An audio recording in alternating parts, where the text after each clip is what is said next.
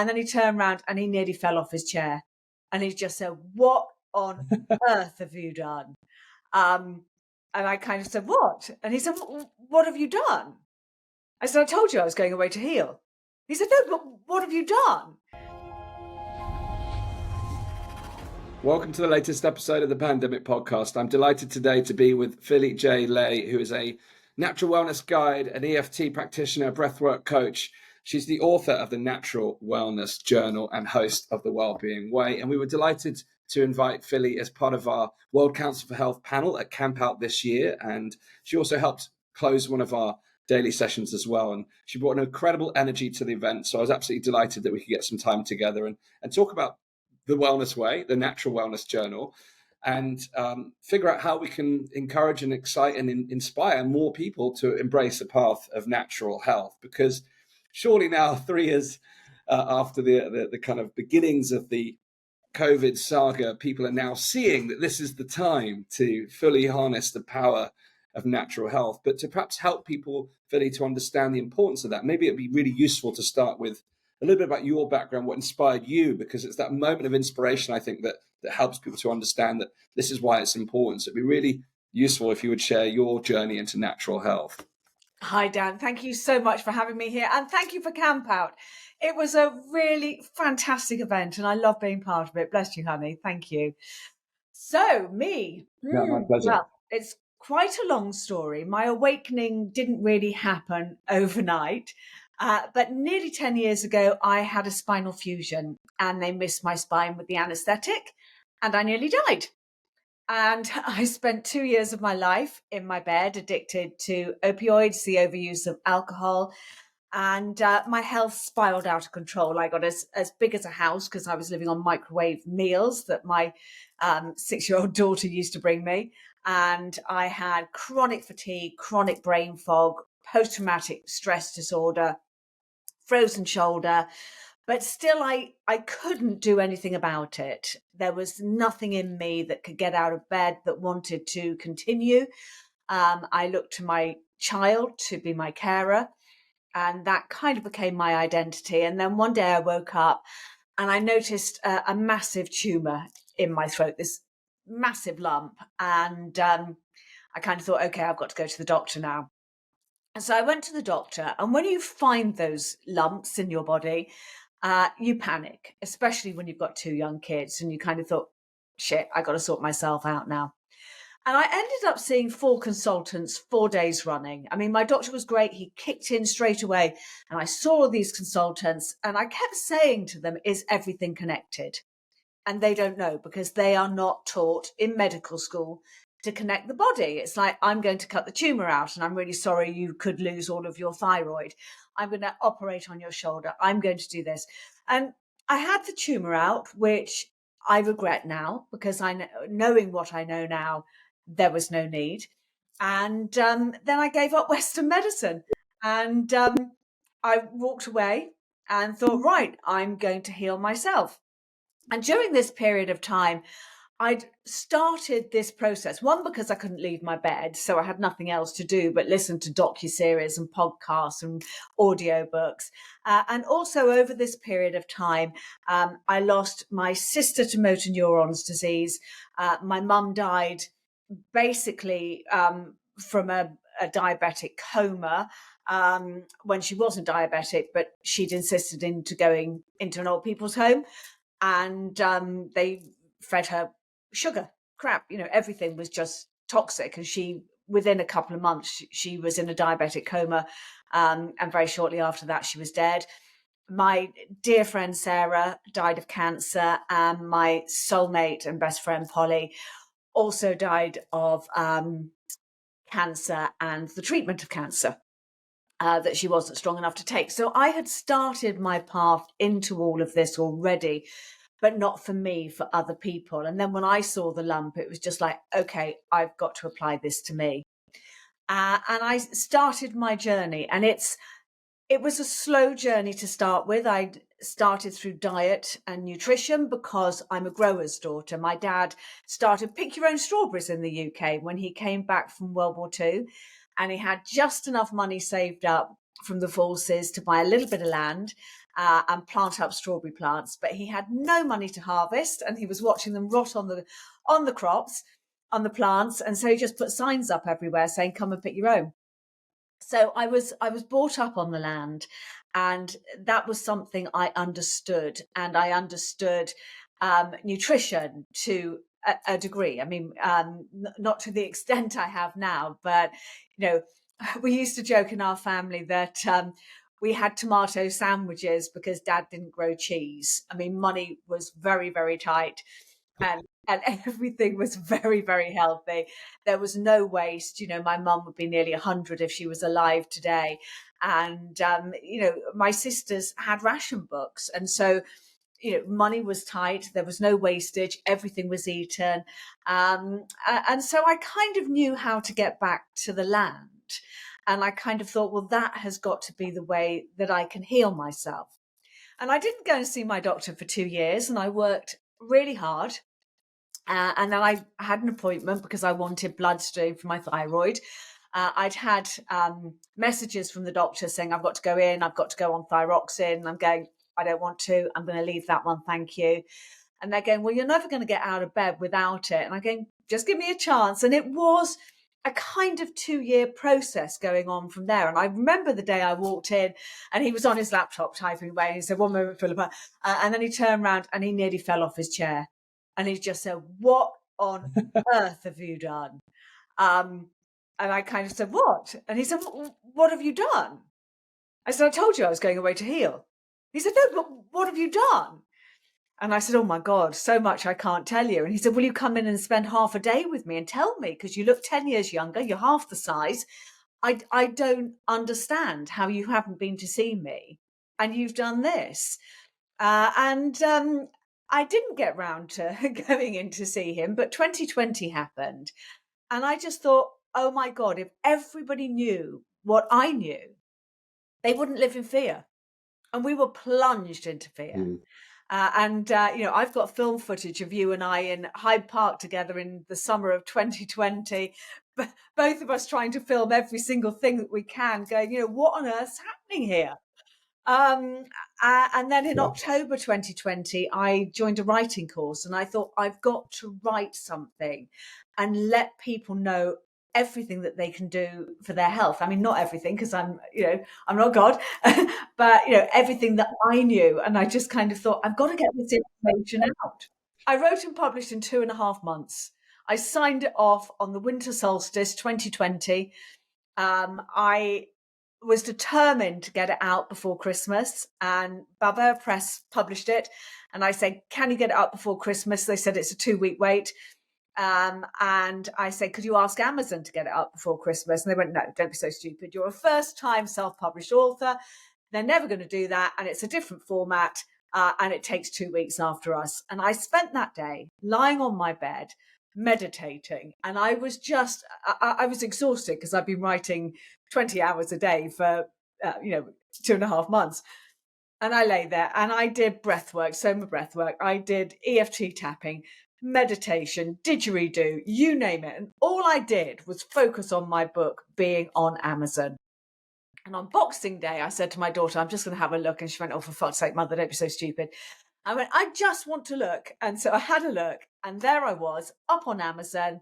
My published date is the day I signed it off, the winter solstice 2020. That is the power that we have. It's not just food and nutrition. That will always be my first love and my passion.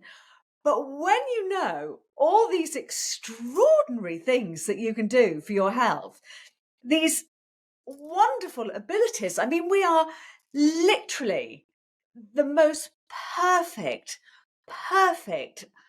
part of the universe. Written in our DNA is I am God, God within me. And we all have God within us. And, if anybody had told me kind of 10 years ago I'd be saying this, I'd say, oh, you're talking crap. But once you learn this power and you learn to harvest and harness this power, and then you learn all the amazing things that you can do for your health through diet and nutrition. And I don't think anybody in this day and age denies that anymore. A lot of people deny my woo-woo stuff, and I'm a mad tapper, an EFT practitioner. So, I always say it looks as mad as shit, but it just works for everything. I love tapping. But when you learn about energy and the extraordinary things that we can do, it takes you to a whole nother level of health. I'm with you. Yeah, it's a journey I've been on, and I think there's almost things that I learned in my 20s that I had to relearn in my 30s. All those books that I read in my 20s that didn't quite connect with me at that time, and I had to have the life experience to really understand the meaning of it and the power of the mind and its connection, and the power of energy and the power of focus and intention and visualization.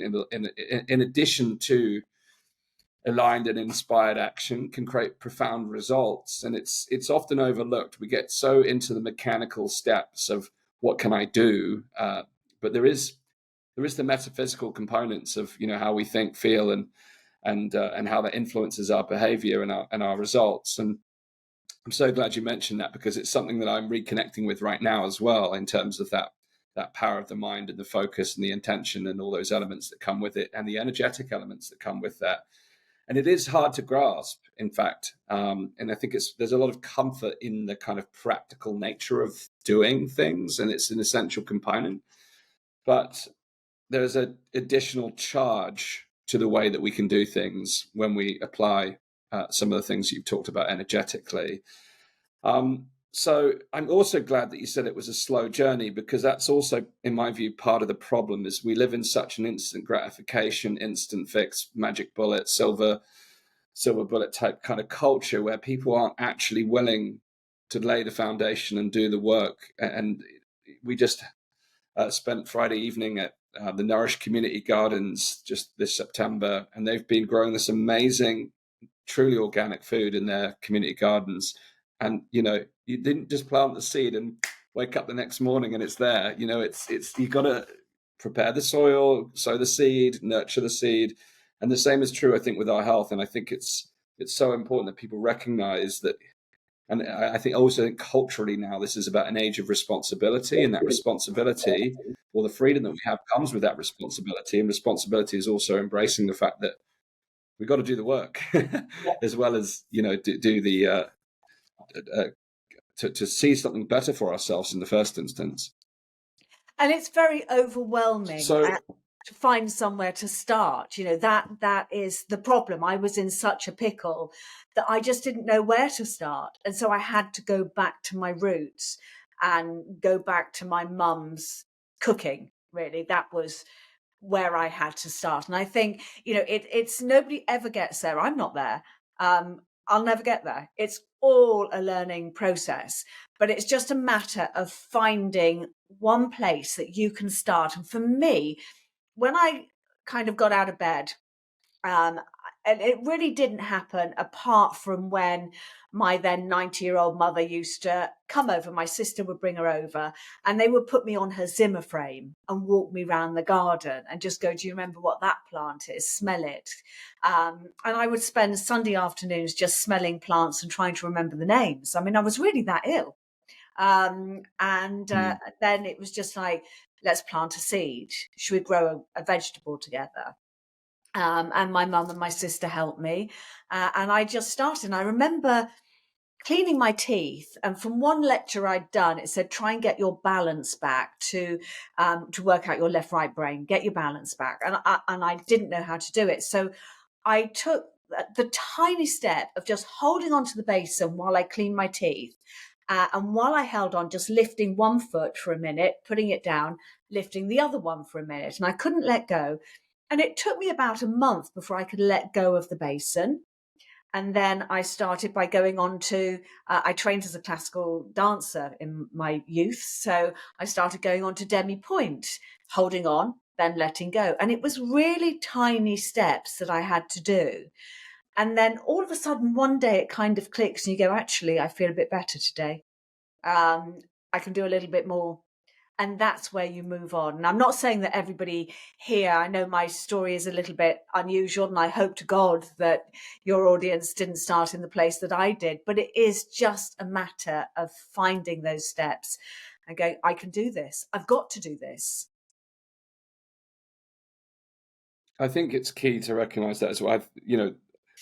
It sounds like you went through, not only physical trauma in your own health, but the mental, emotional trauma, losing loved ones, and it sounds like relatively quick succession in the scheme of things. And it's my adage around this is not waiting until life puts you in a situation where you have to make a decision, because whenever I hear a story like this, and I've just lost one of my oldest friends, we've known each other since we were tiny children. She's 39 years old, leaving behind two 19-month-old twins and her husband, who she just married this time last year. And she's just about to turn 40, and she's now sadly passed. And it's a reminder to live now in accordance with the way that you wish to move forward. And I think we can learn from other people's trauma as much as our own. And the trauma element, I think, is it's not subjective, but it is in a way, because we all have moments in our past where we can be emotionally affected, mentally affected, or physically affected. And if we don't then process that properly, it can actually haunt us in later life. And I'm really pleased to say within your journal, it really does encompass the mind, body, energy, spirit, emotions, looks at trauma, as well as the kind of practices that, can enable natural health. What do you think? It feels like after what we've been through the last few years, it's kind of like a collective trauma. It'd be, and there's still a cathartic process that people are going through now, kind of releasing their anger, frustration, despair. And I think it's important that we do release that, because if we carry that into the future we want to build, then, well, it's going to show up in the soil. It's going to show up in our health. And so what's your take on how to approach navigating different forms of trauma? Well, first of all, I want to talk about grief with you, because a lot of people, and I'm so sorry about your friend, a lot of people think of grief as losing a loved one, which is what I did when I lost the four women who kind of formed me, really. But grief is many things, and it's encompassed by many things. I had the grief of losing my health. I had the grief, sadly, of losing my marriage over that time, because my ex-husband couldn't deal with what I was going through. And more strangely than that, he couldn't deal with how I was trying to solve it, and just thought I'd gone mad, and thought I should be at the doctor's, that I should be on happy pills. And so I had a lot of other griefs there. With my marriage, I lost my home to a degree. I lost, my children being by my side every day. So there was a huge amount of grief going on. And, on the back of my book, I've actually got the energy vibrational scale here, which is from Dr. Hawkins, Power versus Force. And, if you look at this, fear, guilt, all of them very, very low down. But anger, surprisingly, is quite high up. And I think you have to experience anger in order to move forward. You don't want to stay in anger. Everything, the body holds the score. There's that wonderful book, The Body Holds the Score. And also Dr. Bruce Lipton's book, The Biology of Belief. And so when we're feeling those traumas, grief, guilt, shame, and God knows we had a lot of shame and grief and everything for the last 3 years, you have to get to the anger. Because when you can break through that, you can get to courage. You can get through a willingness to change. But we have to get through that. But anger is a process. And I remember my anger stage really, really well. And I didn't know how to express my anger. And I remember one night opening the cutlery drawer and just picking up all the cutlery and throwing it in, because I didn't want to scream and shout at my children. But I had to do something. And the girls called a taxi and went to move to their fathers, and just said, you've lost it, Mum. And I wondered for a while if I had lost it. And I had to experience that. And then I found courage, and I found a purpose going forward. And purpose is incredibly important, because without purpose, we're nothing. We are just a shell of what we can be. And, I'm pleased to say that I was able to get through it. And, my children now understand what was going on with me, partly through writing the book, which was very cathartic for me. Even though I wrote it quickly, it was very cathartic. And I wrote it as a journal because one of the things that really helped me over that period was writing down my emotions. And again, after Danny had just moved out, I kind of stopped eating. And, as I said, I trained as a classical dancer. Um, and in that discipline, you are never enough. You cannot be enough. It's brutal. And so I've always been challenged by food and my relationship to food. And with everything going on, I just stopped eating. And I got very, very skinny. And a friend of mine helped me by coming over and saying, I want to learn how to make bone broth. Do you know how to make it? And she knew perfectly well I knew how to make it. I went, yeah, okay, I'll do it. And so I made bone broth with her. And she knew how to make bone broth. And then she kind of at the end of it said, you're looking a little bit gaunt, lovely. I went, oh, I'm fine. And she said, why don't you keep a food diary? But instead of just writing down what you're eating, write down the emotions that you feel when you eat it. And I just went, no, not for me. Thank you. Not doing that. And then one day I just started writing down something. I just felt the calling to write something. And I didn't stop for about 2 weeks. And I felt like my heart was breaking. And I wrote and wrote and wrote and wrote. And you need prompts, I think, sometimes. Something has to happen. I don't want people to, in any shape or form, get to the state I got to. And so I just kind of thought a really gentle journal, and, asking questions like, what have you eaten today? How did it make you feel? What are you grateful for today? Because finding that attitude of gratitude that so many people talk about just gives you that hope when you wake up in the morning. And I always do my Soma breathwork, gratitude, morning meditation. And it's just, you're getting your breath work, you're getting your nitric oxide in, your NOs, but just feeling grateful for something. And it doesn't matter how small it is. I always thank the farmers or myself from my garden for the food on my plate. And that was something when I was a kid, we all said grace. And we did at school, and now nobody says grace apart from my sister. She's the only person I know that says grace. And my girls won't say grace, but I just go, thank you, farmers. Thank you, me. Thank you, whoever I've got the food from. And, which won't be a supermarket, I can promise you that. And I just give gratitude for something. And in my meditation every morning, just feeling that gratitude of something very exciting that's happened in your life, because, it's not that long ago that you became a dad for the first time, and nobody can ever explain that joy to you, can they? I mean, it's just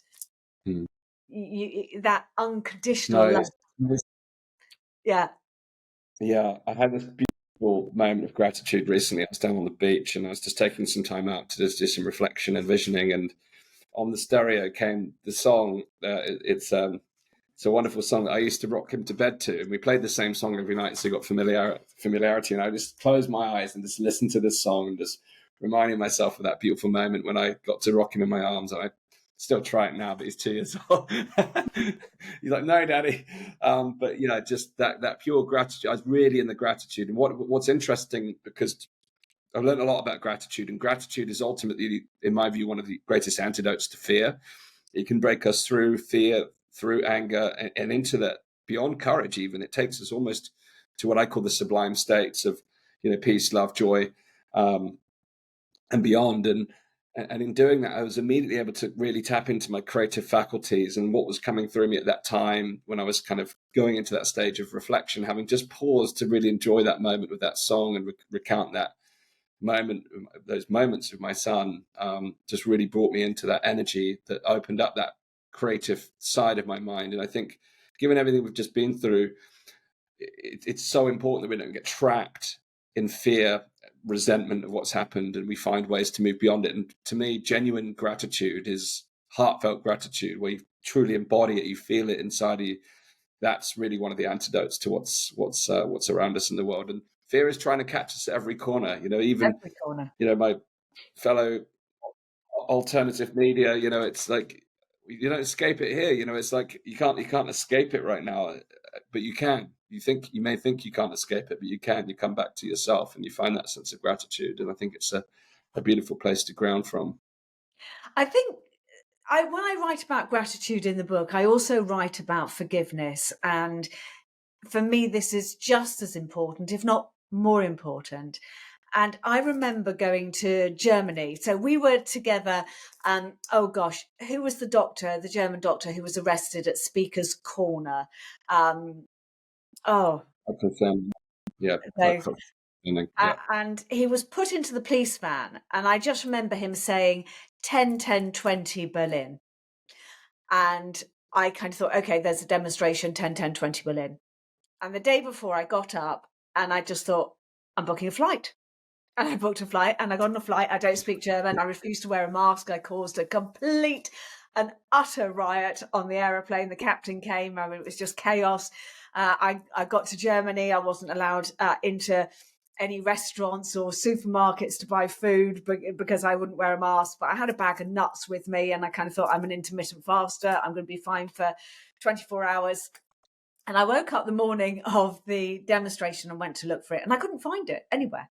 And about 3 hours went by and I sat down and I just burst into tears. And I just thought, what the fuck am I doing? I'm this middle-aged woman.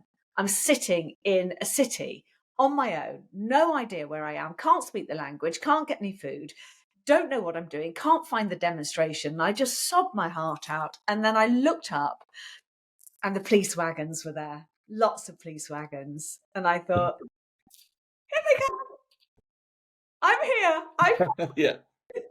And I filmed with my phone for 2 hours as people walked up this street, split round the monument that I was sitting on and walked behind me. And quite quickly, a lovely German woman came up and handed me a mask and said in German, put the mask on. I said, no, I don't wear a mask.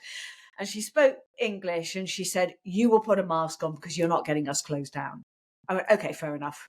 And she said, you will keep your 1 meter because they have 1 meter distance there. She said, you'll keep your distance, you'll put your mask on. We abide by the rules. We will not be closed down. I went, okay. And it was the first time on my social media I put a picture of myself wearing a mask and everybody was wearing black masks and nobody spoke. It was really eerie. And as I sat there filming, as I said, my dad had been a pilot in World War II. He'd come back with severe Parkinson's disease, which had been put down by the military from the shaking of a plane. But my father felt very differently that it was something else. And I had always grown up hating the Germans, this kind of hatred, seeing what they'd done to Dad. And what I was able to do at that moment in time, as I sat there for 2.5 hours, I was able to give complete forgiveness because it was the first time in my life, the only time in my life, that I was able to understand what propaganda can do to people. And I just looked and thought, wow. And then I was able to give complete gratitude because they'd been there before and they were standing up in far greater numbers than we were in the UK.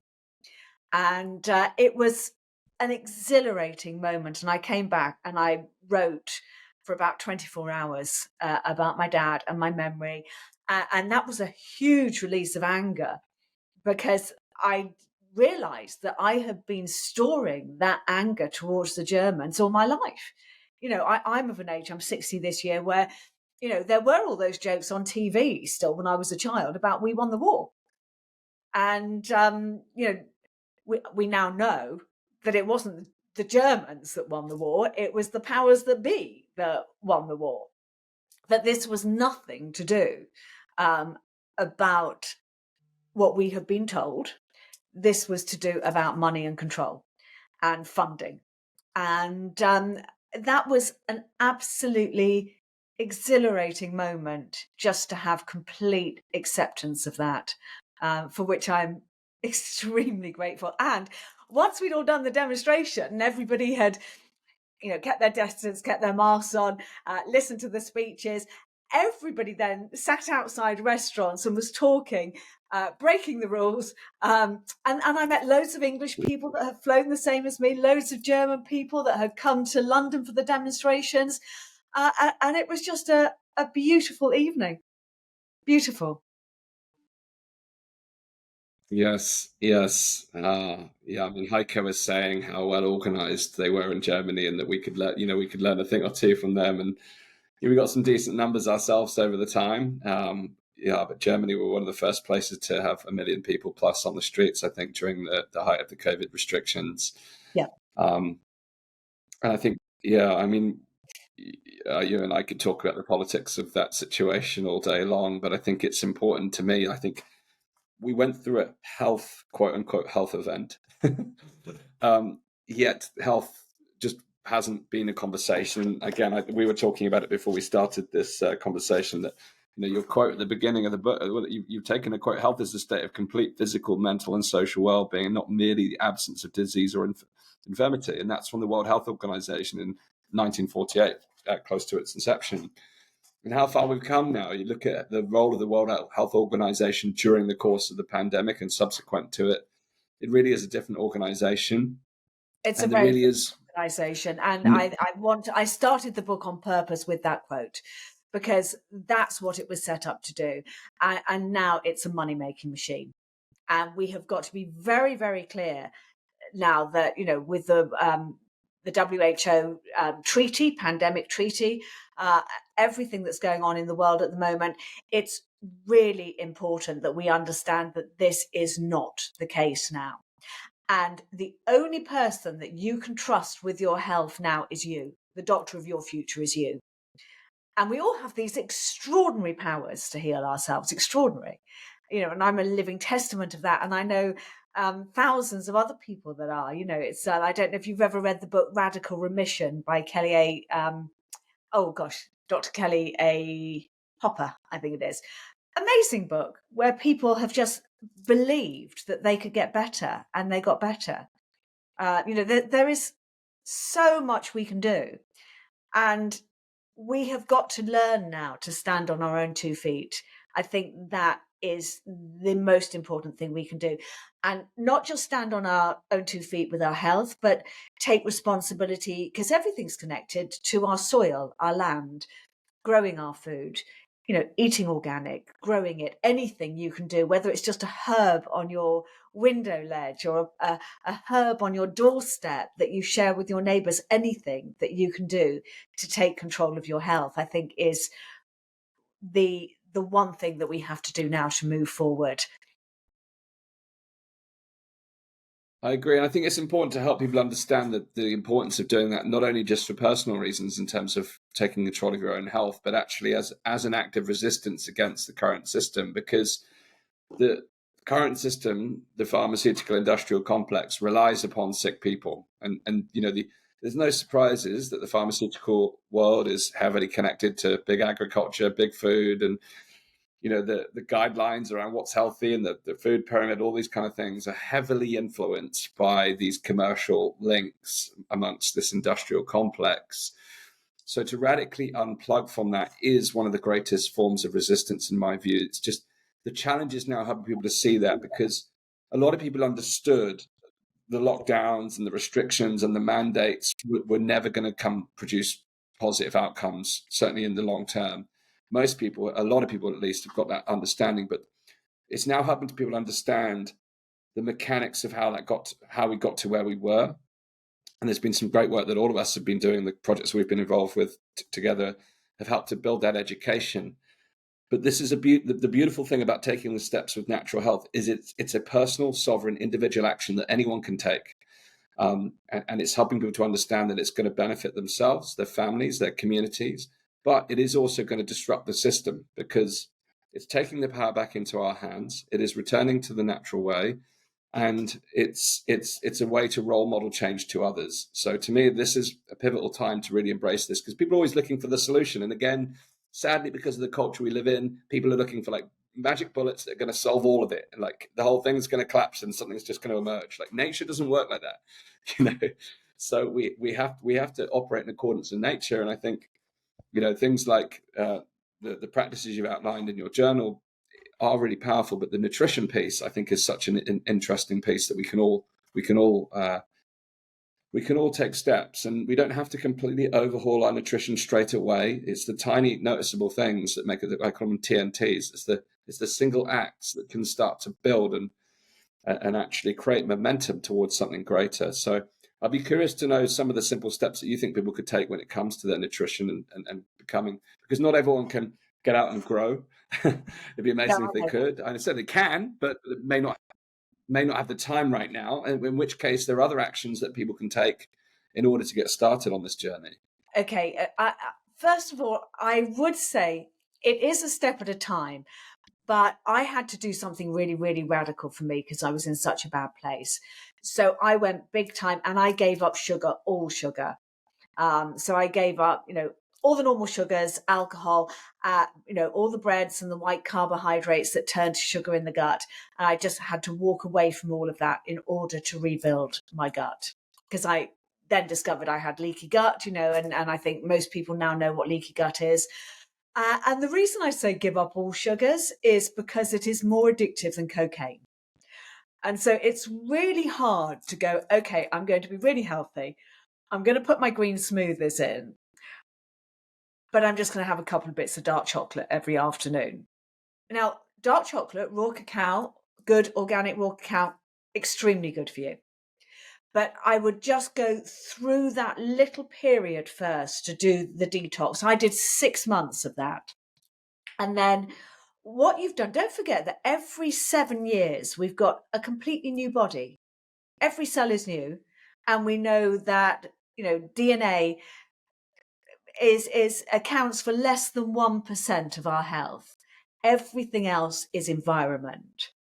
And so if you're going to start, do try and give up sugar, even if it's just for 10 days. And actually, after 10 days, when you put it back in your diet, you actually won't enjoy it. You'll just go, oh God, this tastes really sweet and horrible.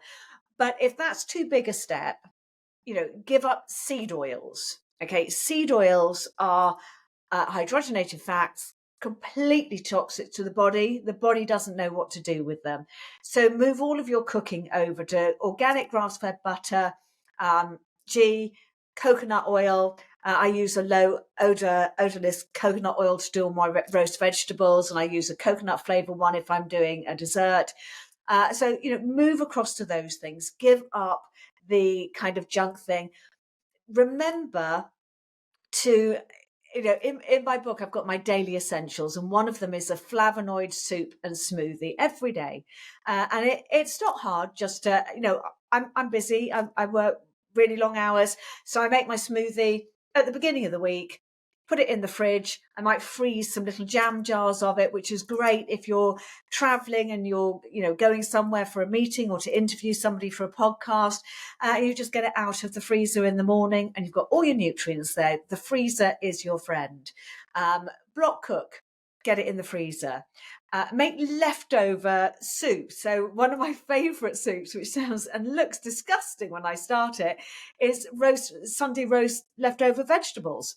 And I just pop it in the blender with leftover gravy. And basically, I've just got a Sunday roast soup. And I don't need a lot of vegetables to do that.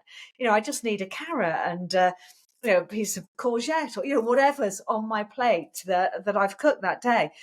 Try and make one meal of the week. And so that's what I always did with my Sunday roast. So because my parents didn't have a lot of money and they were growers, the Sunday meal was packed with every vegetable that they had in the garden or in the freezer, from the season before. And we had mounds of vegetables. And we always used to have my gran come for Sunday roast, and they would buy a joint of meat. And then they would cut it really, really thinly because there were 6 kids and them. So there were 9 of us for Sunday roast.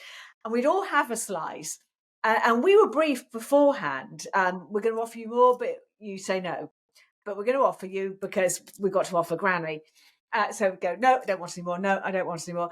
And then Granny would go, oh, I'll have another slice. And so Granny would get it. And the rest of it went into being minced up to make a cottage pie or a shepherd's pie or, another dish for the week. And we just ladened ourselves with vegetables and herbs. And so I've taken that forward. So on a Sunday, I always do a Sunday roast, even in the summer. And it is the day that, and my children love my roast, and they just kind of go, right, we're hitting 30 vegetables today. And that includes the herbs. And there are a lot of herbs on what I cook. And I make sure that your gut only needs 30 different fruit and veg, and that includes seeds and nuts, to build your gut biome a week. That's all it takes, 30. And a lot of people think that's a lot. And a lot of people, because they eat the same foods, all the time, think that's impossible. Get it done in one meal, then you've done. And just, my roast vegetables, which are absolutely everything I can possibly roast and fit in my ovens. On it, I have my cayenne pepper, I have my turmeric, I have my rosemary, my thyme, my sage, my bay leaves. I just pile it up. So that is a really, really big chunk. And then that goes into the gravy as well and gets strained off. So it actually isn't that hard to do. If I make, a stuff at this time of year, I'm doing a lot of stuffed courgettes because I let some of my courgettes get really big. So I've got my seeds for next year. So I scoop those out, roast it, and I make a nut roast. And in that, I'll have 3 or 4 different types of mushroom. I will have my nuts, I will have my sage, my onion, my cayenne pepper. You've got, I can get 8, 9, 10 things in a nut roast very, very easily. So it's really doable. And then you can be a little bit smug for the rest of the week and go, yeah, I'm okay, I'm done. Well, I think, the thing I've learned is the batch process is actually so important in becoming efficient and effective in doing it, because you get to get this rich variety of nutrients, but it also eventually, it saves time. And for a long time, I wasn't aware, I used to think that, freezing food would cause nutrition to deteriorate, but actually the nutrient profile is very robust even in frozen food. And there are some foods, okay, you can blanch them, etc., to deactivate enzymes, etc., but it's very specific. Well, something that is much better frozen because it kills some of the nasty enzymes. Blueberries are better for you frozen. So it does not deplete the nutrition. So, the freezer is your friend. And also what I do is, because I choose to eat organic, I don't eat meat because I went vegetarian back in 1980, actually, way before it was trendy. But that was because my mum killed my pet pig, Snowy, because she found Snowy on the sofa watching Blue Peter with me. So there was quite a lot of trauma went on there, and I gave up meat. But I do buy organic bones, chicken bones, because they're a waste product from Riverford Farms. So anything I don't grow, the majority comes from Riverford Farms.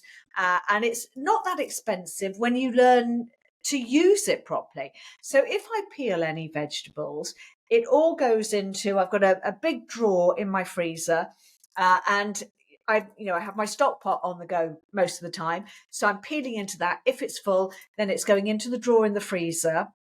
Something like asparagus, which I completely love, but I'm not buying it from Peru, being flown halfway over the world and having no nutrients, kind of when it's out of season. So when it's in season, I just get loads and loads and loads of it, and you break off the woody bit on the end, and that just goes straight into my drawer, so that I've got all the nutrients from something in season in my bone broth. You can do a veggie broth if you don't want bone broth.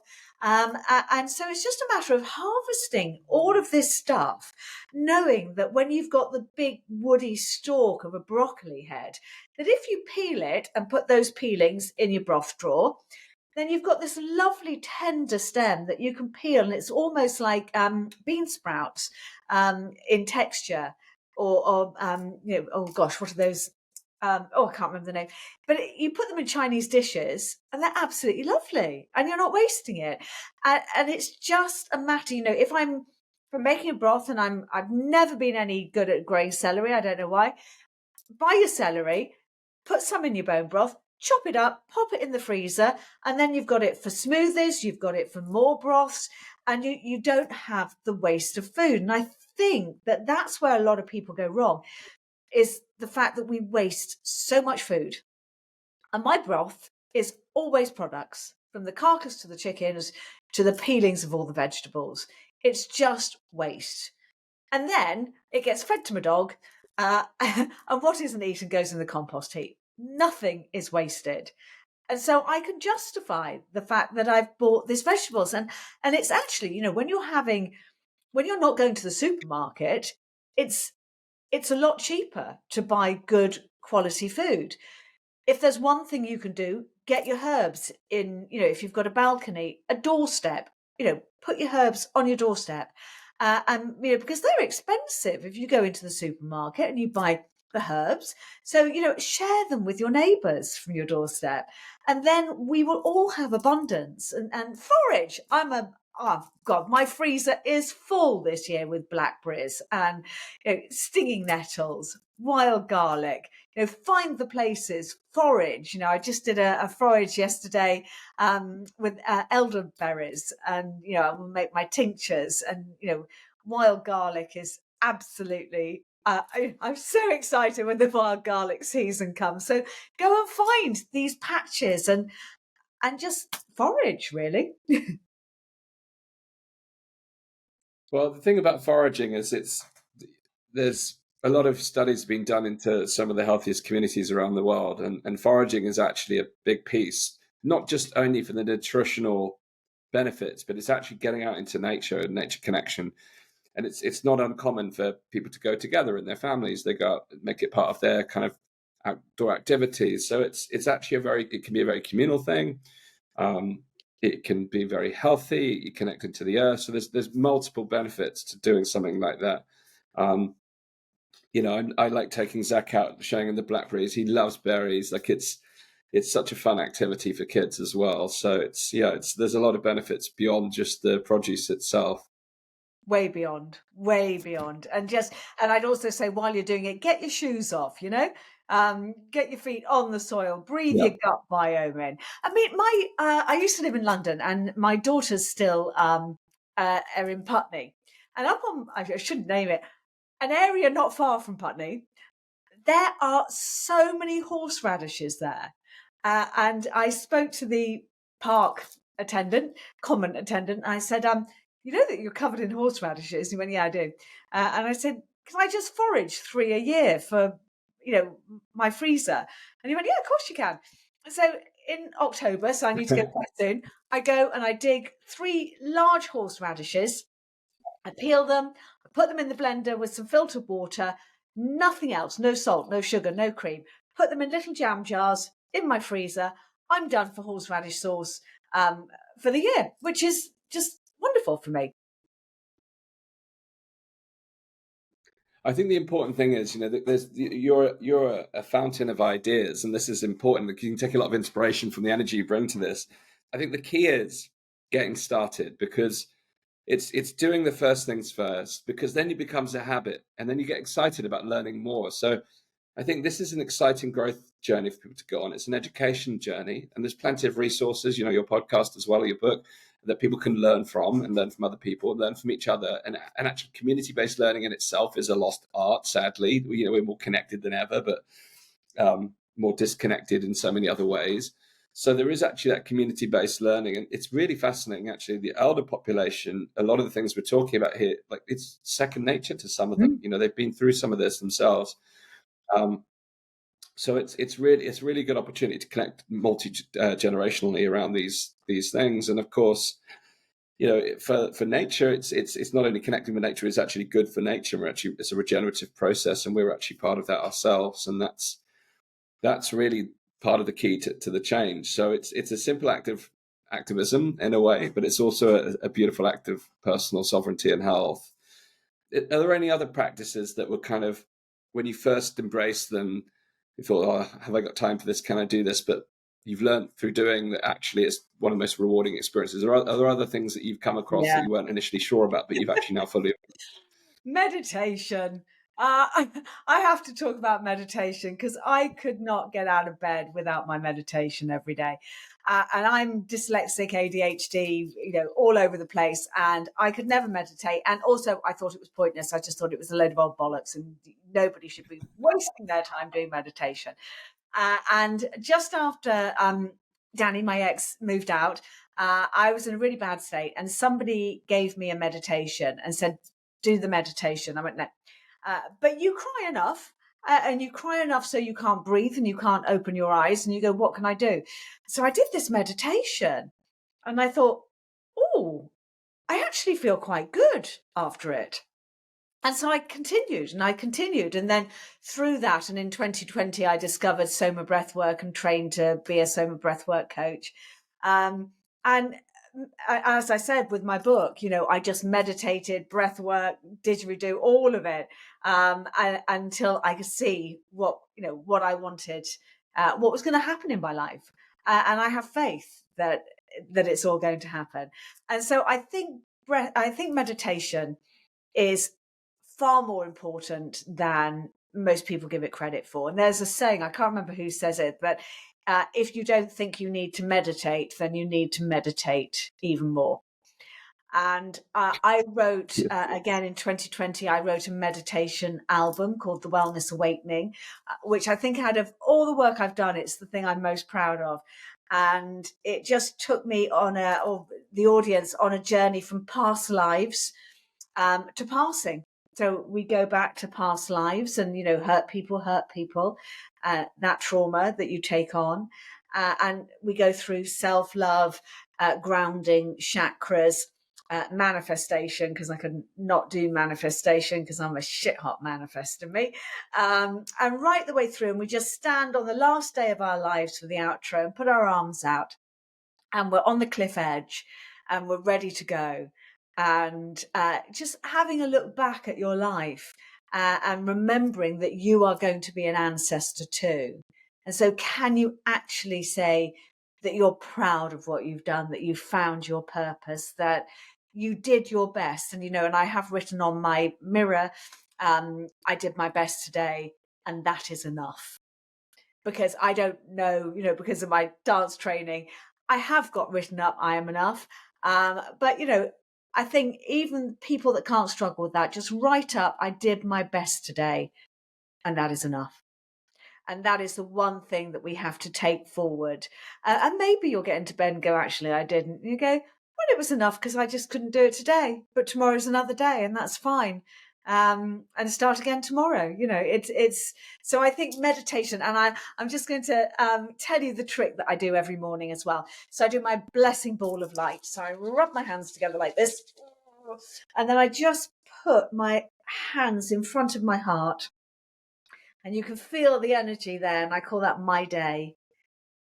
And then I just put into my day everything that would be nice to happen. And that's a great one to do with children, actually, when they're, kind of a little bit too young to meditate, is just practicing Wouldn't It Be Nice, which is a lovely game. And it's a great game around the dinner table. Wouldn't it be nice if I found a blackberry today with no bugs in it? Wouldn't it be nice if I read a book and had the time and really enjoyed it? Wouldn't it be nice? And just doing that. And the other thing that I will say about children is this is where we've got to, this is the generation that we pin our hopes on. And for every generation that has lost our grandmother's wisdom, it takes 3 generations to get it back. And so the children that are coming onto the planet, and there's 8 billion of us for a very good reason that have rocked up here at the moment, but those are our future. And so do something with your children. So on Saturdays, Dan and I used to go and go to and do gym and tennis and stuff and sports stuff on a Saturday morning, and then we used to come home and just cover the kitchen table with herbs and spices and sauces and food and go, okay, let's marinate some chicken. So what are we going to put in? And they try it, obviously not around the meat, and they put their fingers in, they try it and go, oh, I like that. Then we put it on the meat and marinate it. It's like, okay, here's a ripe avocado. What do you think would taste really lovely in that? And everything's laid out. And I don't believe in recipes, which is really weird because I'm writing a cookbook at the moment. But I don't believe in recipes. It's all to do with how you perceive things, what your gut biome tells you is good that day. And your taste will change the whole time, and that's okay. And so if somebody says, here's a cake recipe and you're going to put 180 grams of sugar in, that would taste horrible to me. I couldn't eat that. So it's just getting the flavors and just trying and tasting and experimenting. So my cookbook is more about what do you think would be nice together? Try it, check it out. Here are some things that work for me. What works for you? And I think that's really important, that if we can bring that to the children, if we can bring that to ourselves as parents, so that we're kind of going, okay, I'm actually thinking about where my food comes from now. Yeah, I know cayenne pepper gets the blood going. I know it gets rid of migraines. I know it, learning about these things just a little bit at a time so that you can just enjoy this process. So Saturday was always prepping food, and then Sunday was the fest, the veggie fest. And it's just really lovely. That's just all you have to do for the weekend. Do a bit of block cooking, freeze some stuff, and you can just start your journey. But make it fun. If you've got a little bit of garden, take your kids out there and go, okay, should we plant a seed and see what happens? And make it fun. And then it becomes a habit when you enjoy it. And if it's hard work, and I just want to say what a habit is New Year's Day, you might get up and go, right, I'm taking up running. I'm going for a run, and you do a mile. Next day, 2 miles. And you go, oh my God, this is really hard work. I haven't run for a long time. But you'll come back, and then after a period of time, and some people say it's 21 days, but I don't believe that.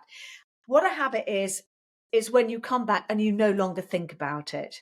You don't think about cleaning your teeth and go, oh, I cleaned my teeth today. How exciting. Like you do when you're a child. So it's just kind of getting it in, really, and enjoying the process, just enjoying the process. Yeah, I've done a lot of research into habits. There's some really interesting work on that. It's too much for the time we've got available, but there's something interesting around stacking habits. So part of the reason why brushing your teeth becomes so easy is because it's part of a subconscious morning or evening routine. So that's why a lot of people who take up running, for instance, they'll get up and put their running shoes on straight away because it then puts them in the frame of mind ready to go for a run. So there's things you can do to attach one habit to another. And you create chains of habits, and that's how it becomes a sequence in your mind. We're very almost programmatic in that way as a human mind. So that's a little tip on habit formation. If you can stack your habits, you can connect one habit to the next. It accelerates the path to building the kind of mental armory to reinforce the daily behaviors of those habits. And I love the piece around making it fun, even if you don't have kids. Like, I watch my son as a 2-year-old and gets so excited about the state. Like, he's so excited about the world. Yet there's me like moaning and groaning on the podcast about everything was wrong. And here we are, we're talking about solution focus today. Goodness, Philly, we touched upon some of the madness, but it's so important to bring that joyfulness to it, because I tell you one thing over any other habit trick is make it fun. Like, it's the endorphins that come with it. It's actually the neurochemicals that are associated with the activity itself, the joyfulness that will make things desirable. And that's why also with certain habits we have to mix them up. That's why we don't eat necessarily the same thing every day. It gets us into variety. It's such an exciting time to be alive and experimenting these things. And I love this creative, playful experiment. And after all, where did recipes come from? It came from someone else being playful with food, so it's a great opportunity to get that childlike wonder, awe, and joy, because we live in a mechanical world. Let's break free from that. Let's come back to our creative faculties. Let's get curious. I think your second quote in the book was something around curiosity. Zach Bush. Curiosity is the most powerful force on this planet. So good words there from Mr. Bush. So I think it's time to get curious about how we can become healthier, curious about how we can make the world a better place for ourselves and others and our future generations. And there are tools and things out there that can help, such as the Natural Wellness Journal, which I'm delighted to have a copy of Philly's book, and really excited about your cookbook that's in the mix. And if you've enjoyed this conversation, you can tune into Philly's podcast on all major platforms, The Wellness Way, Apple, Spotify, YouTube, and all the other channels, unedited, I'm sure, on Rumble. Similar challenges to myself in that regard on certain. So Philly, it's been amazing having you here on the podcast. On YouTube anymore. We were doing the Clean 15 on YouTube, and I think some weeks we're lucky if we get 30 seconds out. Oh, it's so tough. Yeah, we're still grappling with YouTube. Our Facebook account has just been reactivated, so we're finally getting traction on there again. But you can go to phillyjlay.com and find out all of Philly's great resources, the book, the meditations you talked about, the podcast. Philly, is there anything else you'd like to close with before we wrap up today's beautiful conversation? I just want to say thank you so much for having me on the show and for all the amazing work that you've got out over the last 3 years. And this is a moment in history that, as I said, we are here for a really good reason. And I believe something so exciting is coming with this new world. And I know that a lot of people, are still living in fear. And, Australia, we've seen Victoria go into a 5-day lockdown again recently. And, we're seeing this fear ramping up again. And just hold the line, everybody, and know that you've got this and you can look after yourself, and that we are quite extraordinary beings. We are so extraordinary that they don't want us to know how extraordinary we are, because there isn't any many healthy people, but we are. And this is an exciting time. And I just want to say, thank you to everybody for listening. Check out the Wellness Way podcast with Philly J. Lay. I've also got up a video version of my book, The Wellness Way Faster Class. And there's lots of work coming over the next few months. So thank you very much for having me on and for listening to me, everybody. Pleasure, and thank you for being here. And yeah, if you'd like more conversations like this, go to danastingregory.com/pandemic to join the Pandemic Podcast mailing list. It's been the only way we can continue to get you the content in front of your eyes or your ears because of the censorship we've got. So if you haven't joined our mailing list yet, please take the chance to do that today. And we look forward to our next conversation here on the Pandemic Podcast. Thank you once again, Philly. Let's keep moving forward, and together we can be part of the change.